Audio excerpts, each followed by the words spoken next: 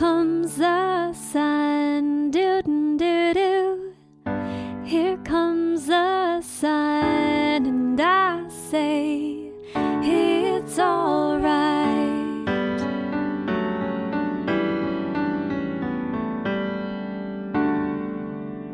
Hello, Fortitude audience. Thank you so much for joining us today. My name is Heather Kittleson, and I'm your host. And I am joined with my lovely husband, Amos. Hi. Who is the co-host, but he's also the brains behind this operation. So You think?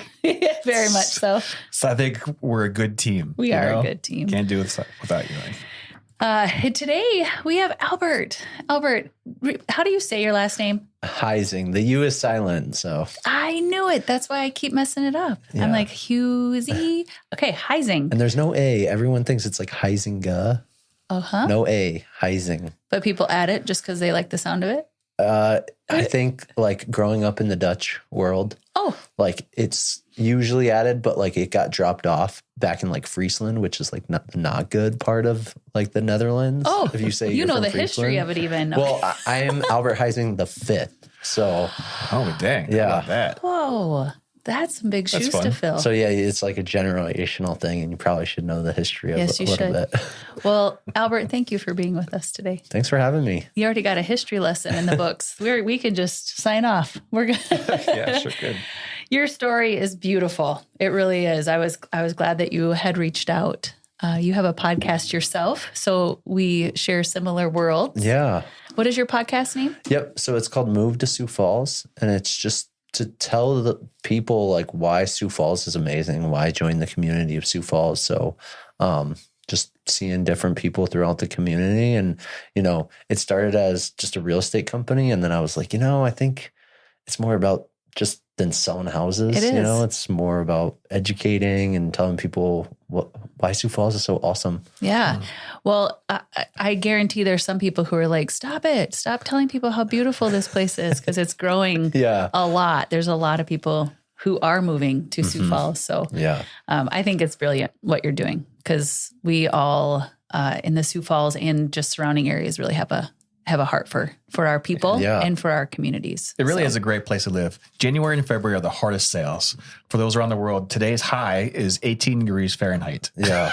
Yeah. Which is temporary, thankfully. Hey, I will take it. A couple of years ago, it'd be like negative 30, It was cold. So January, February, if you can make it through those months, you're good. 10 more months out of the year. It was like 30 degrees on Christmas Day. So That was amazing. Yeah. I love a brown Christmas. We do differ with this. God brought frost, so it was white, but it wasn't snow white. yes. Yes, that's perfect. Well, we have a lot to dig into with you, Albert. And so if you can just share a little bit of your life right now. Yeah. Okay. So I'm in Sioux Falls. I live there. I have a wife, Kayla, 2 kids, Marley and Henry. Marley is almost 2 in a couple of days. And then Henry is 3.5, going to be 4 this year. So it's been a little bit crazy leading up to, this point. Kayla and I run 2 businesses, Sodex Stays, which is a short-term rental property management business. I run Move to Sioux Falls, which we talked about is a podcast, but it's also a real estate business to help people, be educated on buying and selling and investing in properties. I help facilitate those transactions. And then out of all of that, I wrote a book too that's coming out January 16th. It's being published. I think you guys had Jeremy Brown on a couple of years ago, maybe. Well, they're coming up. Okay. They're one of the next episodes. They're going back on. Okay. Yep. So published the book. With Jeremy. Sorry. That's with Jeremy. Jeremy helped me publish the book. I randomly ran into him. So it's just, Sioux Falls is just so like small town, biggest small town. I think Nick Kiso just talked about that on the last episode. And it's so true. Yeah. I'll tell you a little story since it's like the here and now. Brooke, Jeremy's wife, was working with Kayla in the short-term rental stuff. She was doing some interior design stuff for us. And Kayla went up to me and was like, Brooke is so cool. Like, and Jeremy has a publishing company. And I was like, oh, that's pretty awesome. Like, I've always thought about like writing a book, which we'll get into later. My dad wrote a devotional. So I was like, oh yeah, I've been kind of motivated to do that, but I'll never run into this guy, whatever. Yeah. Literally the next day, run into him, startup Sioux Falls. And I was like, hey, I need to talk to you. Like, I'm going to write a book. And then he's like, okay, like come see me when you have like 5,000 words. And I think it was like the next day I was like, hey, I got like 10,000 words on paper. Like I'm ready to go. So Determined. yeah. Good What's the for book you. called? It's called Not Just Another Transaction. And yeah, you will be able to find it on Amazon and everything else. So Congratulations. Yeah, That's a really big deal. yeah, that's what people keep saying. It is so a big deal. I have a couple other friends who just completed books, and it's interesting because they want to be excited about it, but don't know if they should be. And it's like, yes, you be excited. That's a big deal. That's a forever. yeah, It's forever going to be on shelves. yeah, That's great. yeah, that'll be awesome. Well, so you have a lot going on at any given time, and adding 2 little humans to the mix Yeah. is a lot. For sure. Yeah. Having 4, we know. But We have a third on the way. So I forgot to say that. Yeah. okay. March 2. That's great. you So, have a lot to celebrate Yes. in 2025. Wow. Adding a human and a book to the world. And you're going to share with our audience your beautiful story of being an East Coast. yeah. You're an East Coaster. Yeah. And come from a very just beautiful Christian family Mhm. who also went through some really tough stuff. And so if you could dive in to, I just want to get right to it, Mhm. Albert, if you don't mind. So 2008, Yes. if you can go back to you and your sisters, and you're at a Christian school, you guys, because you were raised in a Christian home, Christian school, great parents. Yep. And then the recession, and your house did not sell. Yes. And you guys were living in a place that a lot of families would be like, wait, what? And your parents did it with grace. It's beautiful. So Yeah. can you bring us? Yeah. So, trying to not do too many details, right? But grew up East Coast, 2008 hits. And my parents were like, hey, we're going to make a move to Vermont. And all of our siblings are like, what? Okay. Like we vacation there, but like, this is kind of different. So we moved there, in 2008, 9, I graduated, the middle school area. We move up, and the recession hits 2008, and my parents own this general store. And they essentially, after like hard work and grinding it out, like I was working like 45, 50 hours a week at the store with them, just like trying to get by, Yeah. we go into bankruptcy, right? House doesn't sell for what it's supposed to sell for. And we're like, me and my sister Kelsey and my younger sister Sydney knew what was kind of going on. Bailey, kind of too young to remember. Yeah. Like she thought we were kind of shielded from all that stuff. And I think like a month or two go by, and all of a sudden, like Dad's like, hey, you got to pack up all your stuff in our house. And we had like a day or two to do it. And we're just like, okay, this is weird. Like, and I'm like, sure, I'll do it. And I pack everything up. And the church was awesome. The church we went to, the school that we went to, Christian school, gracious enough to like come out, help us pack our whole house basically into like trash bags. Oh man. And like my sisters were just, I don't know if they were in denial or what, but they did not pack. And so like people were packing their stuff, and I was like, this is really odd. Yeah. And you said right? it was hard because it was like people were coming through, and you got all your sisters, and they're throwing your clothes in Yeah. bags. And Mhm. did it feel like the world was spinning around you a little bit in that moment? Or was it? I think I was too young to like realize everything that was happening. I think I was just in a point where I was like, hey, I'm just ninth grader or 10th grader trying to help my parents out, right? Okay. Where it's like, hey, I'm just doing whatever I can. Now, I think their world was definitely spinning. Yeah. You didn't see them crying or any moment of just despair. I remember, so like how the house was structured is it was a ranch house, and upstairs had this big area which 3 people could live in. So my sisters were upstairs in the big area, and there was an extra room with a bathroom that I got because I was the only boy. I lucked out. But you could always hear my parents at nighttime talking to my grandfather, Albert III. Okay. And them, I don't know if they were arguing, but definitely raised voices. Yeah. Definitely despair of, hurt. And so you knew something was going on. You just didn't understand the gravity of what like bankruptcy meant. Yeah. So until they sat us down, we were like, okay, like I didn't know what that meant until we moved to our next place. Yeah. Right. And your next place was?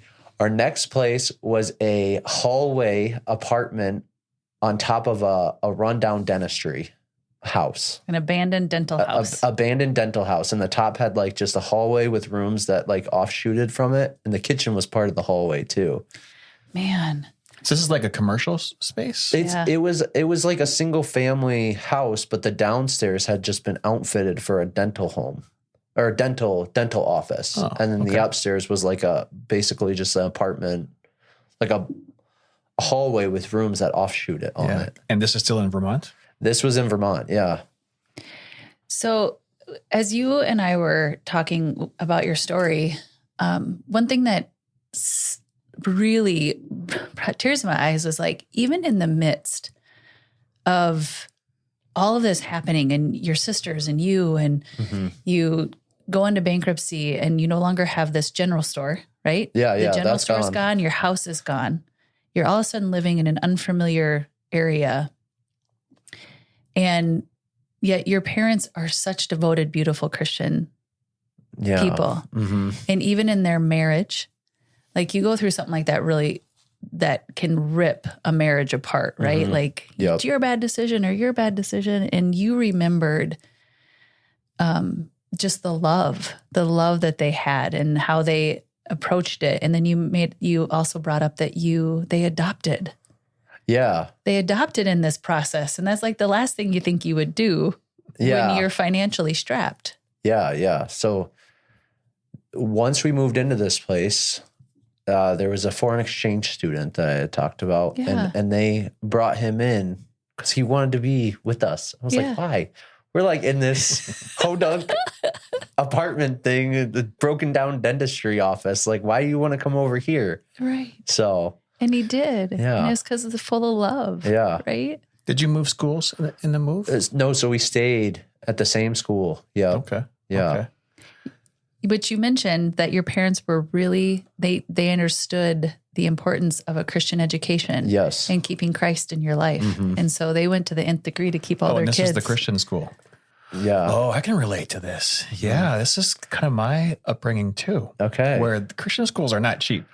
But when you start to prioritize your kids' education and their well-being and their character, then that's an easy decision, isn't it? Yeah, I get it. And luckily, my mom was a teacher, so she was at the public school. And then God just worked everything out where it was like the English teacher there was going into the forces, and then she took over his spot and moved from the public school. And then whatever we could do to like help out with any type of tuition. Like if it snowed 3 feet, I was over there shoveling, the parking lot and the sidewalks off at the school, Yeah. Didn't you say also, Albert, that you got a job to help pay the bills in your family? So I was working at a grocery store and I helped pay those bills. And it's a wild time of life where you're like, I'm in high school and I'm already starting like this adulthood kind of life. Even back when the general store was going on, like, I don't think I made a dime from it because it was always just like to help out with the family. Yeah. Make sure it survives, it keeps going. I think it's wonderful. What a great education that you got. Yeah. I mean, you're going to school, but you also learn how work ethics and you learned that life doesn't revolve around you as much most teenagers think, and you learned how to think about business at a young age. I mean, clearly you just wrote a book.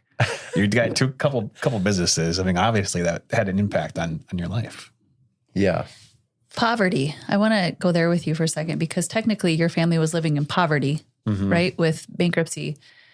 And you as a kid, there was And I mean, I'm sure that there were some really tough, really dark moments, but having the light of Christ in your family, right? Like that was a big deal for your parents. Yeah, it was huge. It was just like anytime that you were like just going through like a dark spot or a frustrated spot, they would always be like, hey, have you prayed about this? Have you looked in the word?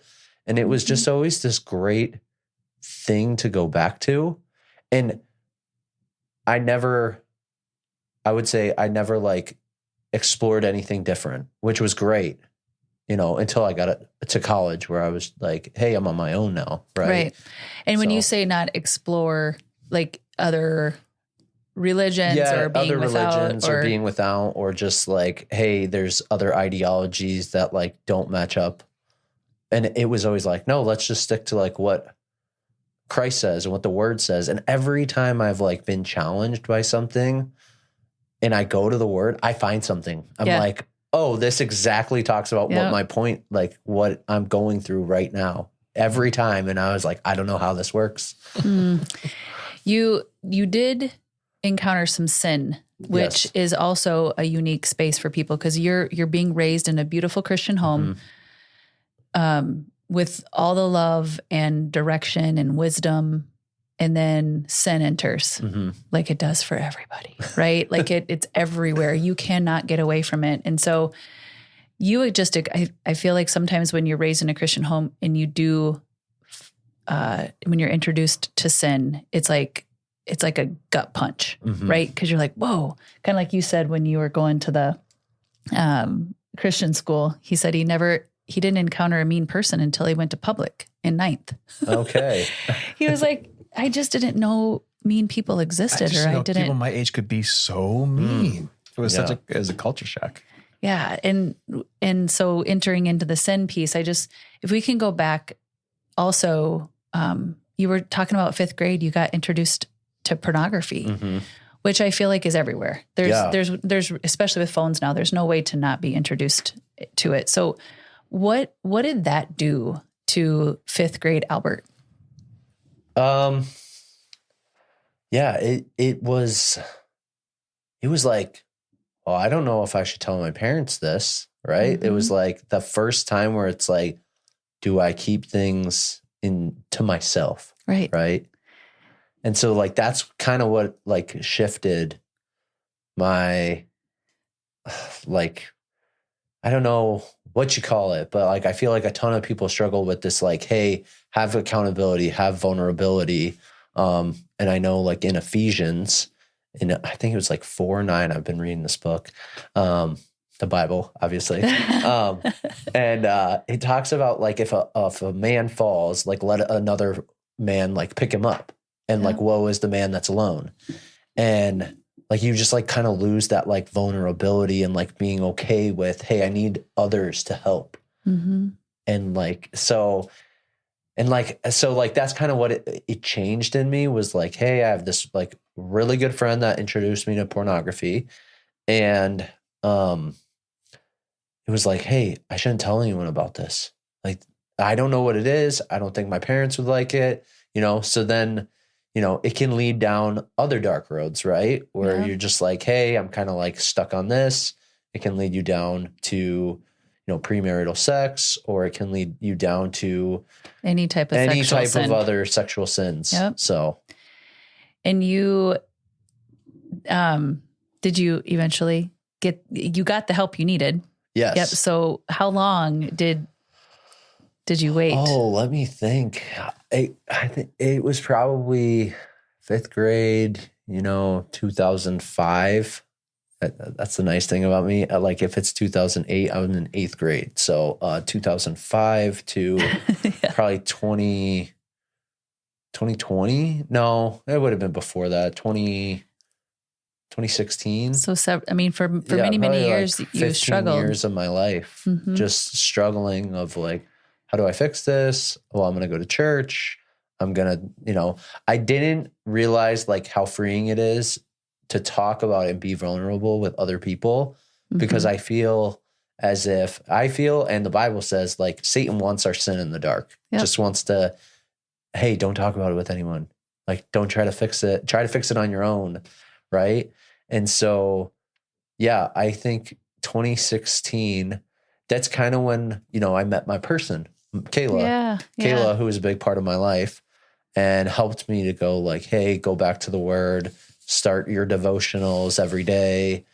So that was like a huge thing in my life to be like, hey, she's keeping me accountable to see the light and do the right stuff. So you were open, honest, like you were able to. So I wasn't right away. Like it was like, I'll tell her everything but this, sexual sin. And then I think it was on our honeymoon that I was like, hey, He busted up. like, hey, I was like, hey, I've been dealing with this for years. And like, if anyone wants marriage advice, don't bring up that stuff on the honeymoon. Oh, I haven't stopped. Maybe before. The podium. Before. Yeah. So, someone out there is like, don't reveal on honeymoon. It's like writing this down right now. Yeah, for sure. So Albert, would you consider it an addiction? Were you addicted to? Yeah, I would say so. Like it wasn't like an everyday thing, but it was like a continual want, an idol that I would say that was in my life. Yeah. And one that you had a hard time stopping on your own. Yeah, for sure. Mm-hmm. Yeah. And then the power of Christ and a good Christian wife. And, there were other people, right? As I talked to you offset about like it lingering, right? Like you're not actually performing in the act of watching, but you also like, you're trying to guard your thoughts, right? How hard is that? Mm-hmm. Right. And so having a group of like Christian brothers that you can like, say like, hey, this has gone on in my life. And the more you hold yourself accountable, the more you are able to guard those thoughts, whether it's through scripture or through reinforcement with Christian brothers, like, hey, I've gone through that before, or this is what's helped me.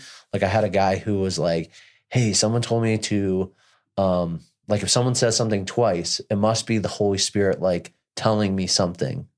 And 2 months ago, like 2 people were like really talking about like getting into Bible scripture memory. So now I made it my goal this year to learn 100 verses. Good for you. And so just like when we were in school, in Christian school, like where they made you memorize Bible verses, had no idea, like they didn't tell the meaning behind it. They're just like, learn these verses. It's good for memorize. You. Yeah. Like, so like the meaning behind it, like it's impactful now to know why I'm doing that. Mm-hmm. Yeah. And to actually have God's heart written or God's word written on your heart. Yeah. That's the meaning of when you're in those moments and you can remember his word, that is what keeps you at bay for me anyway, to be able to go back to that and go, oh, okay, God's got me. God's got this. Yeah. When you went to Dort. Yeah. That's another thing. You moved 2,000 miles away from your family. So how did you decide that, or how did Dort come about? So Dort. So I was living in New Jersey. Yeah. We moved to Vermont. Bankruptcy happened. And then my dad got a job in ministry in Prince Edward Island, Canada. And I was like, I'm not going to go to college. Like, no big deal. My dad's like, just look at this one place. Yep.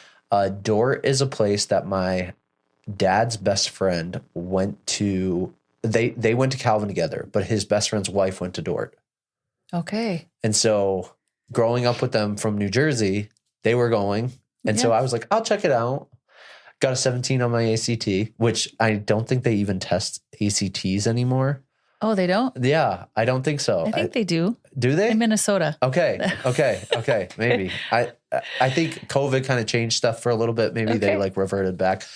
Anyway, I got in this Aspire program and was like, all right, I guess I'm going to college. Like, this will be fun. And I would go to class all the time, study. They were like, dude, you just test really bad. Like, you're good. You don't need to be in this program. When you were talking about that, I was like, oh man, thank you for getting it. Because I try to explain it a lot that I couldn't take tests. I was really bad at tests too. So I would always be the person who, like, if we were doing a presentation, everyone would be like, Albert's in my group. Yeah. Like, and then I would just You've heard me say that. Rattle off the presentation for people. Yeah. Oh, that's quite good. Dort's a private school, right? Dort is a private institution. They just changed to a university. Is it considered one of the Ivy Leagues? schools? I would consider it an Ivy League Christian school. Okay, Christian. So what I'm thinking about is the finances of that. You just came from a home that went through bankruptcy. Yeah. And now you're at this very expensive educational institution. Yeah. I don't know. Are you racking up loans here? Are you getting scholarships? How are you feeling about this? So I think when I was going, it was like 30 to 34,000 a year, which is like kind of crazy. Yeah.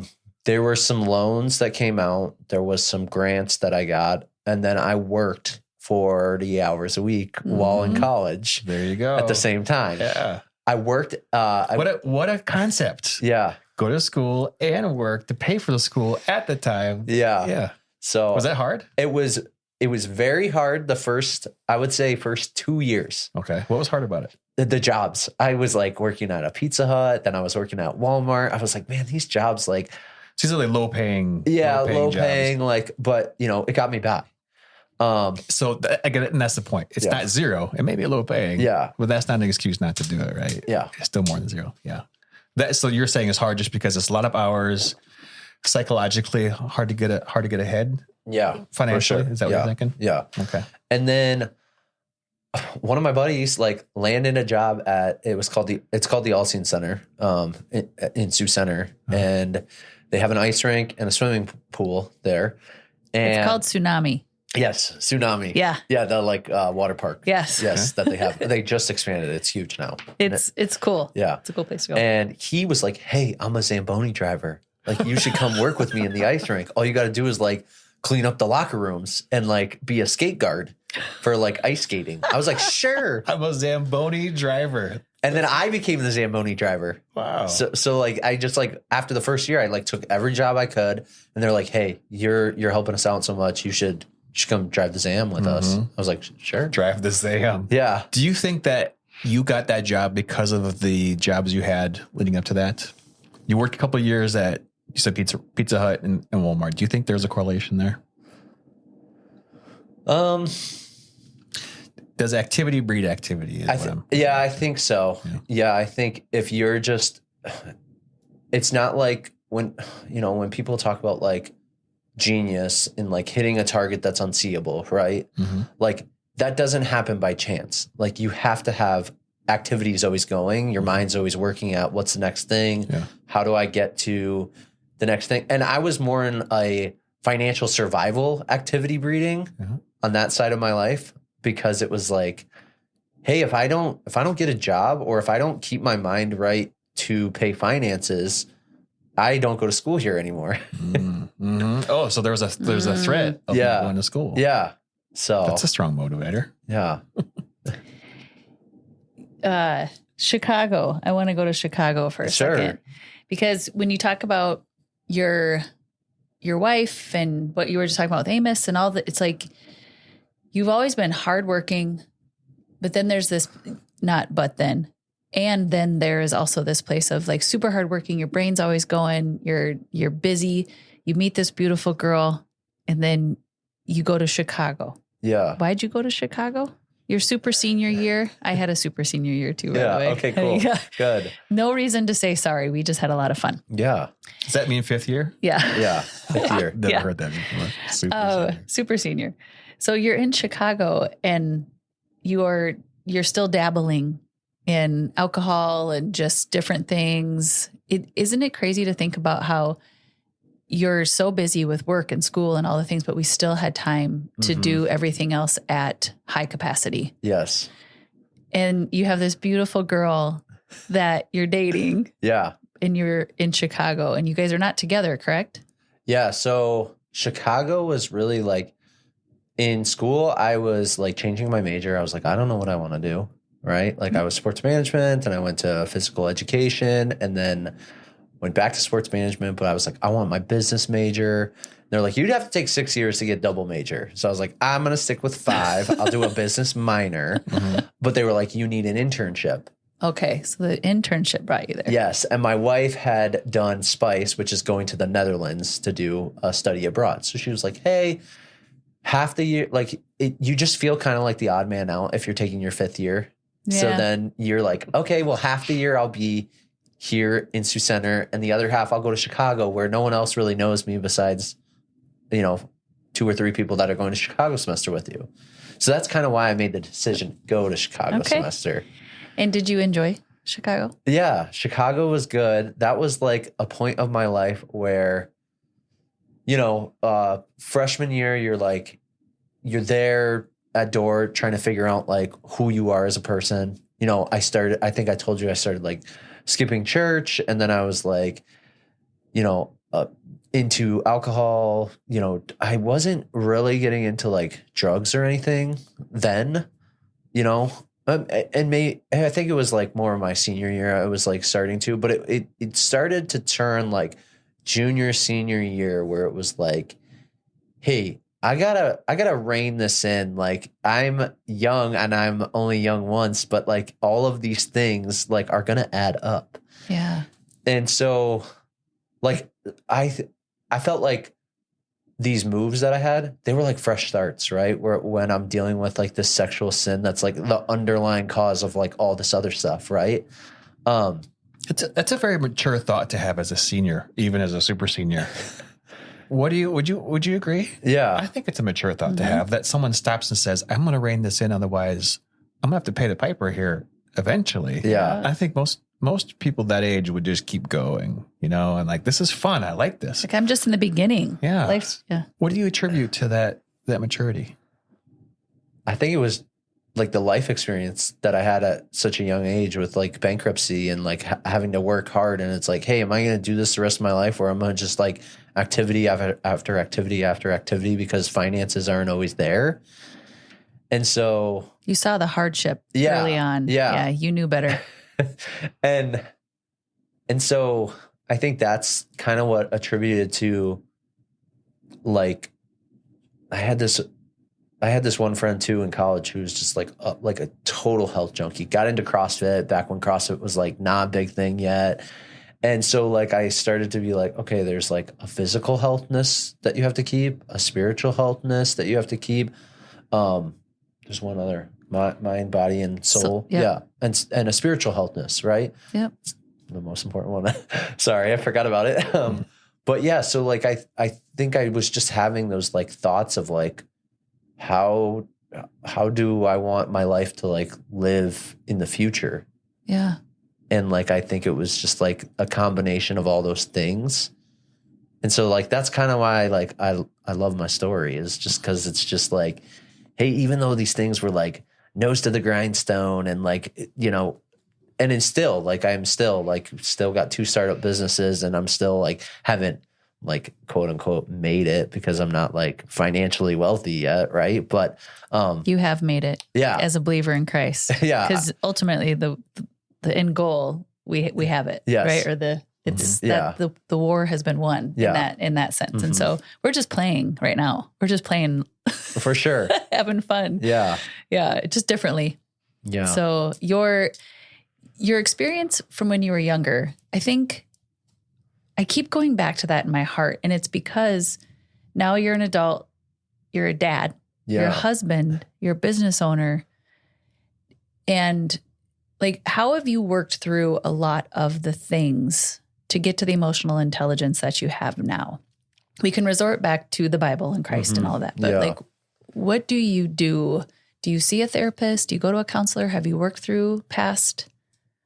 See, I didn't do any of those things really. It's been more like I've gone to a men's group. I've gone to, like, I started a Bible study. My wife is one of the most emotionally intelligent people you will ever meet. Ooh.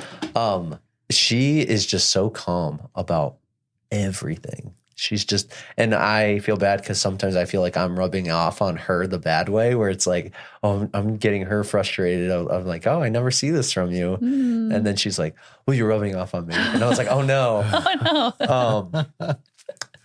So you're saying, what I hear you saying is that she responds to every situation instead of reacting. She understands what's happening, what's coming next, where the future is. Mm-hmm. Yeah. How is that impacting your marriage?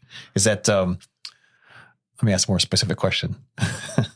Do you feel like that's something that you want to aspire to? Is it a challenge that you guys have to talk about in your marriage? Do you feel like you guys are off on that? Or are you also? No, I think we are aligned on where we want to head. A couple of years ago, I think it was right during the height of COVID, right? When we were starting our business, paying off student loans through this Airbnb thing that we were doing. Yeah. We like started talking about like, do we want to have kids? And we're like, yeah, she wanted 5 to 7. I wanted 3 to 5. She's like, let's meet in the middle at 5. And I was like, 5's my high number. Yeah. You know, but we started talking about questions of like, are we going to send our kids to daycare? Like, how does that look? So like, we actually watch our kids full time. And so like, she'll watch them 4 days out of the week, and then I watch them 1. And if our nanny doesn't show up, I'll kind of step in to help out with, so it's like this constant flexibility and being okay with that. Like, I feel like, there's this book by Jeff Bridges called Respectable Sins.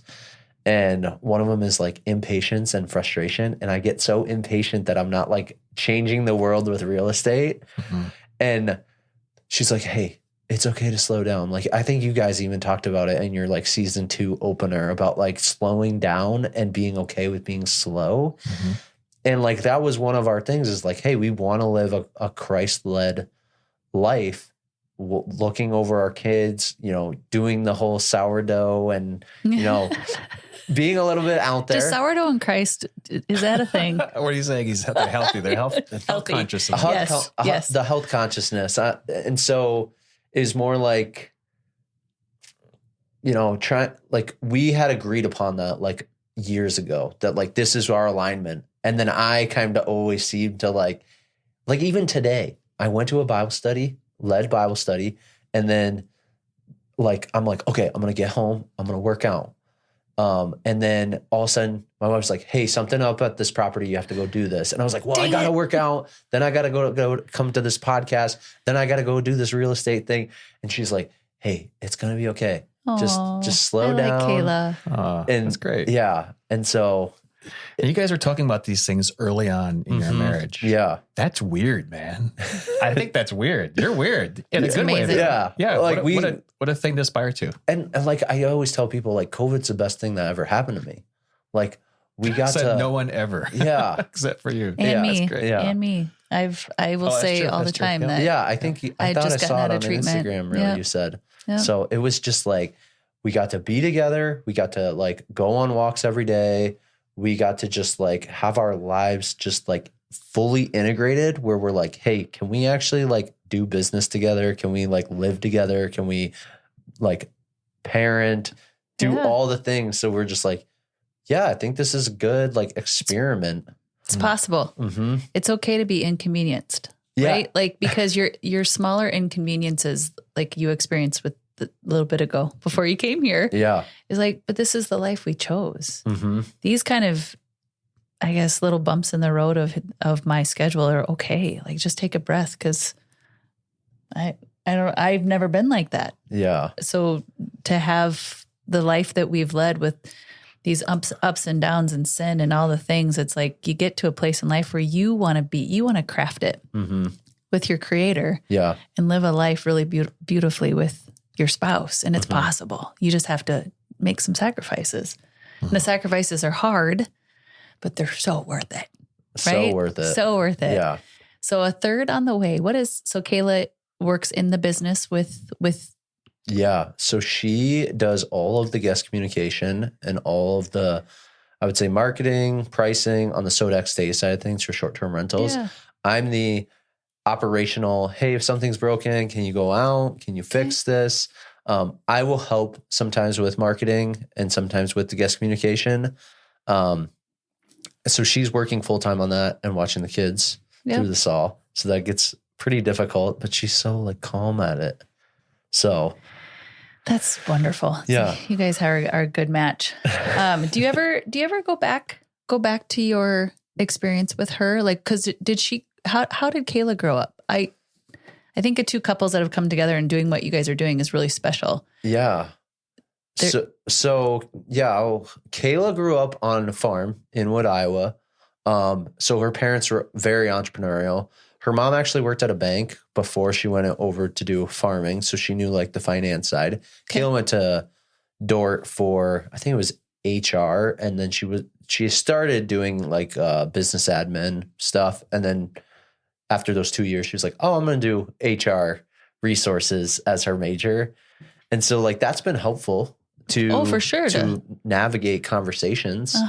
And so like, I still am like, how do you answer these questions in such a calm, or like, how do you like, she's like, she was like, I won't talk about it this way. Cause I was like, hey, I'm going to the chamber. I'm going to tell them like, I should say this. And she's like, no, don't say that. Say it this way. Say like, you're being proactive in your conversation, and the stuff that happened, that's in the past. Don't even bring it up. It doesn't matter anymore. And I'm like, okay.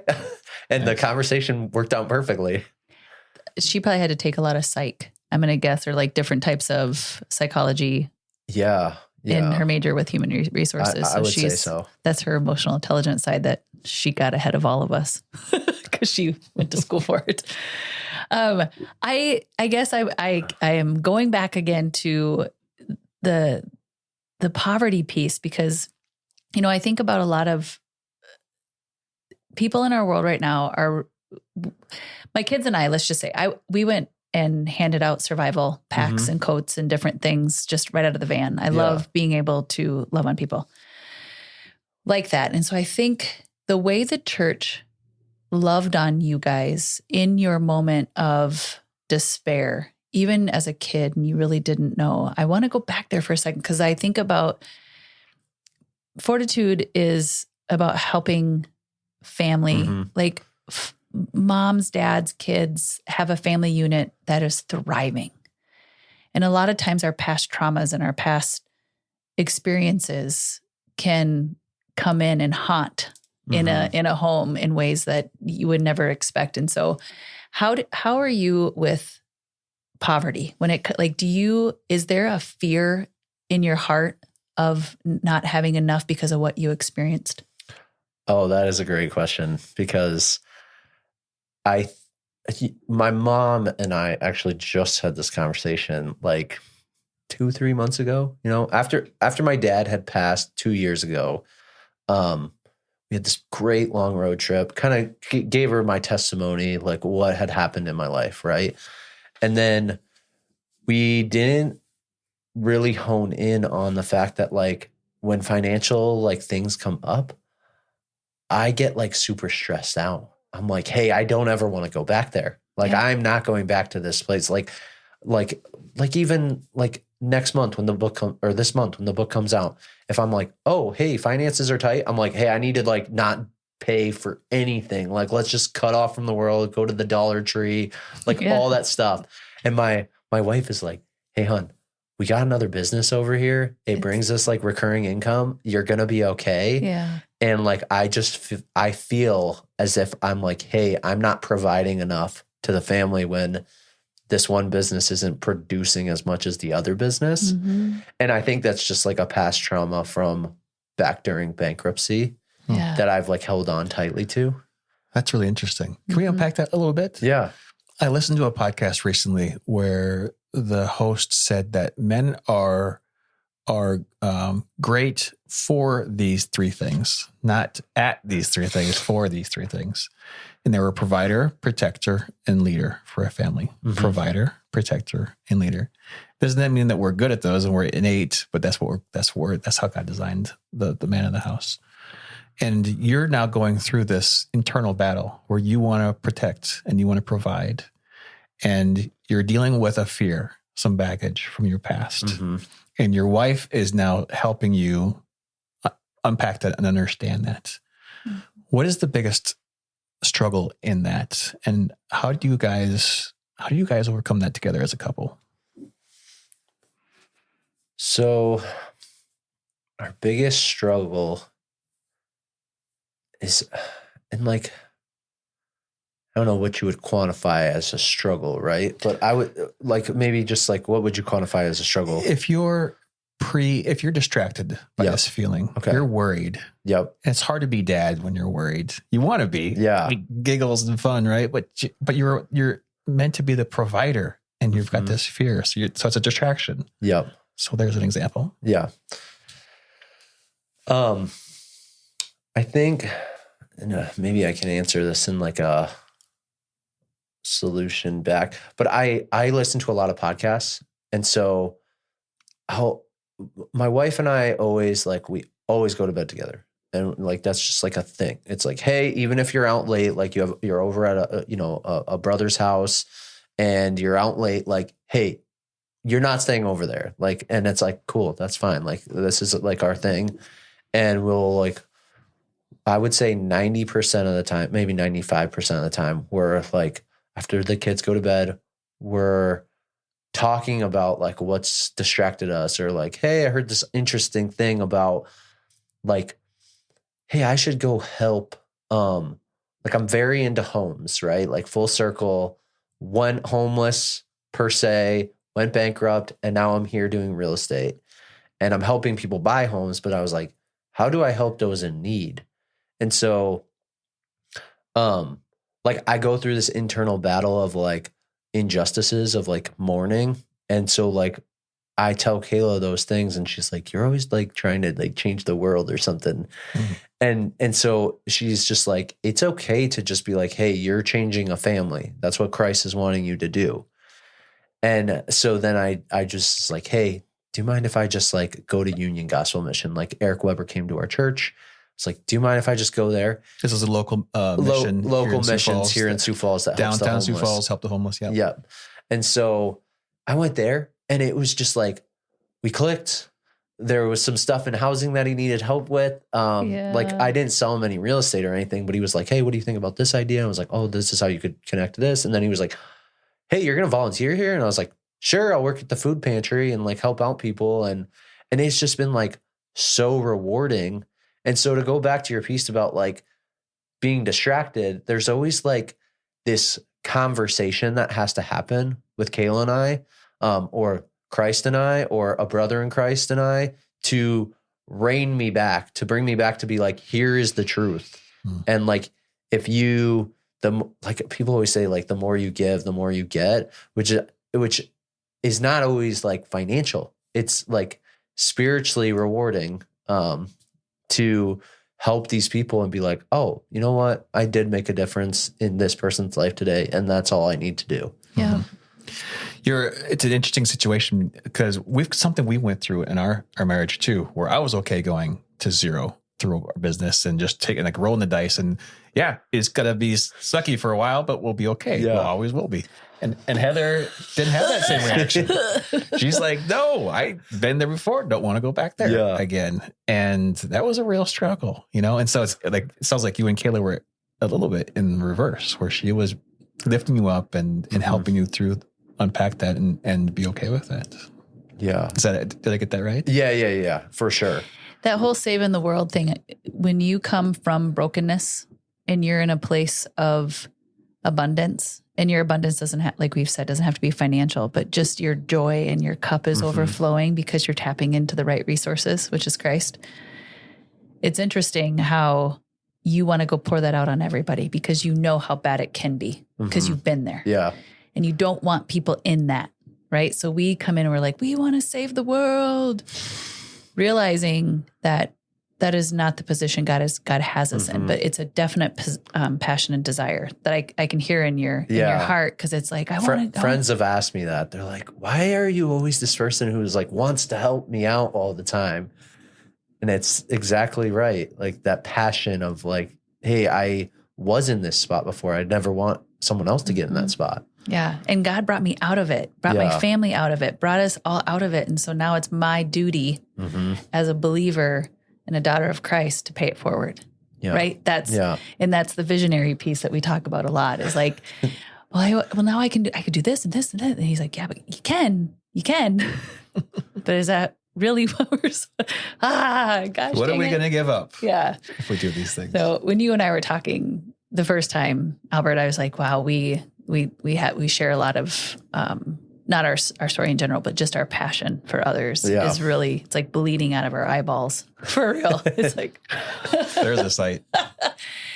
Oh, so what do you, I mean, you're a young, beautiful couple who are just starting a family. Like, what's your big dream? Like, what do you really feel like God is calling you to do because you're accomplishing some things that people don't accomplish in a lifetime. Yeah. I think our number one thing is like to raise our kids in the way of Christ, to kind of carry on that legacy of faith, to show others that, hey, even though, you know, faith is hard, that's the hard road, the road less traveled. It feels good at the end of it. What are one or two things you're doing intentionally? To fulfill that.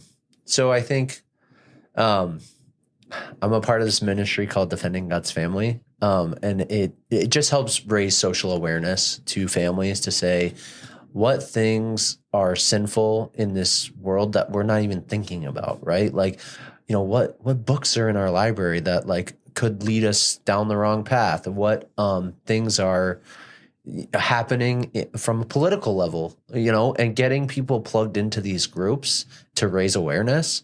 That's one thing that I like have kind of taken it upon myself to like, people keep asking me to do things, and I'm like, I say yes. Right. And so, and I need to be careful, right? Because good boundaries. Yes. We speak about boundaries a lot. I can't say yes to everything. Right.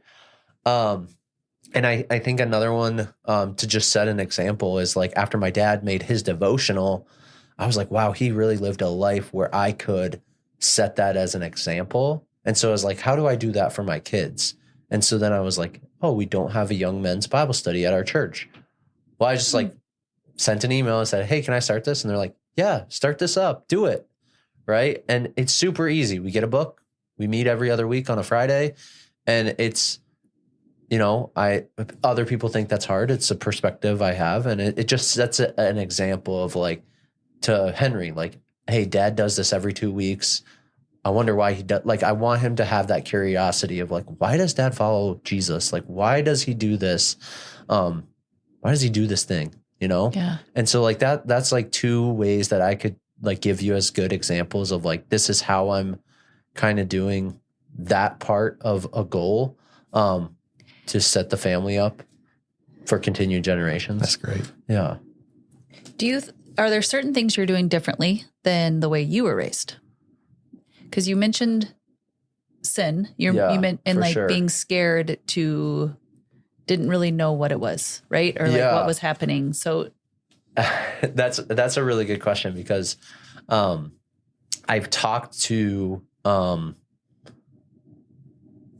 not my mom, but like friends and Kayla, and I was like, hey, there was, you know, when you're in middle school, there's the talk, right? Yeah. The, hey, you're growing, you're maturing, the talk. Yeah. And I think I talked to a lot of my friends. I was like, hey, did you have the talk? And they're like, no, I think my parents are too scared to have the talk with me. Yeah. And then I was like, oh, I went through that same situation. Like, oh, I didn't have the talk, or we didn't talk about finances. And so like, I think it goes back to that piece of like being vulnerable and being okay with accountability, even though like I'm dad and I have all these responsibilities. It's okay to say to these guys, like, hey, let's have this conversation when you're a kid, because I feel like if you don't, it's like you're just leaving your kid have like explore all these options and let them figure it out. Like, and like, thank you, Lord, that like he reined me back in. Right. But like some other people don't have that experience. And so and that's kind of why I wanted to come on this like podcast and talk with you guys, is just like, you know, full circle. Like business is cool, right? Real estate is like, I went bankrupt and now I'm helping people in real estate. But I think the cooler thing is, how do I help people say it's okay to be vulnerable and like, and not be like crucified from the church from it? Yeah. Right? Yeah. That's such a valuable thing. Mm-hmm. Mm-hmm. Get to sit out in the open, be vulnerable, surround yourself with people, with pushers, I call them, who are going to push you to be better. And that works. Yeah. That's amazing. Yeah. Yeah. I really appreciate you mentioning vulnerability, because how many times do we hear that our past, our parents, like that generation just didn't talk. They really didn't. And then we're in this the middle generation, and then you're after us, because we're a little older. And we're kind of revolting in a beautiful way. This 45, 40, because we're like, they didn't talk about anything, or they say where they're forgotten.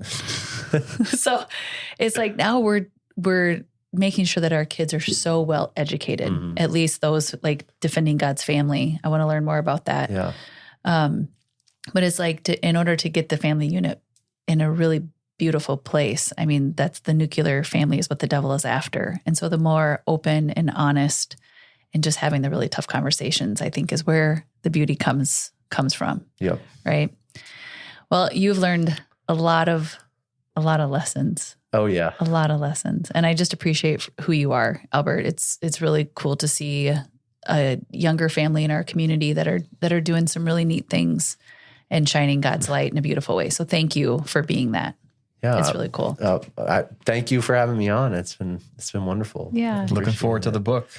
Yeah. I'll get you guys a copy for sure. Oh, great. Okay. Thank you. And a shout out again about what your podcast is and your book. Yes. Move to Sioux Falls. It's about, learning about real estate, and not only that, but learning about the community here, and not just another transaction. It's a book to guide people about buying, selling, and investing in single family real estate. That's great. And I heard you say Sodex Day. Sodex Stays. That's our short-term rental property management company. SodexDays.com? Yep. SodexDays.com is where you can find it. Like basically move to SiouxFalls.com, and SodexDays.com is where you can find everything on us. Nice. Okay. And I'll have it also in the show notes. So maybe you'll click on it. Awesome. Okay. Well, thank you. Tell Kayla hi for us. I will. Thanks so much. Right. Okay. Take care. Thank you so much for listening. We want to change lives through this podcast. And if you want to support this podcast or our guests, please see the links below for our Patreon and giving links. And like and subscribe, and also share our podcast as much as possible. Thank you.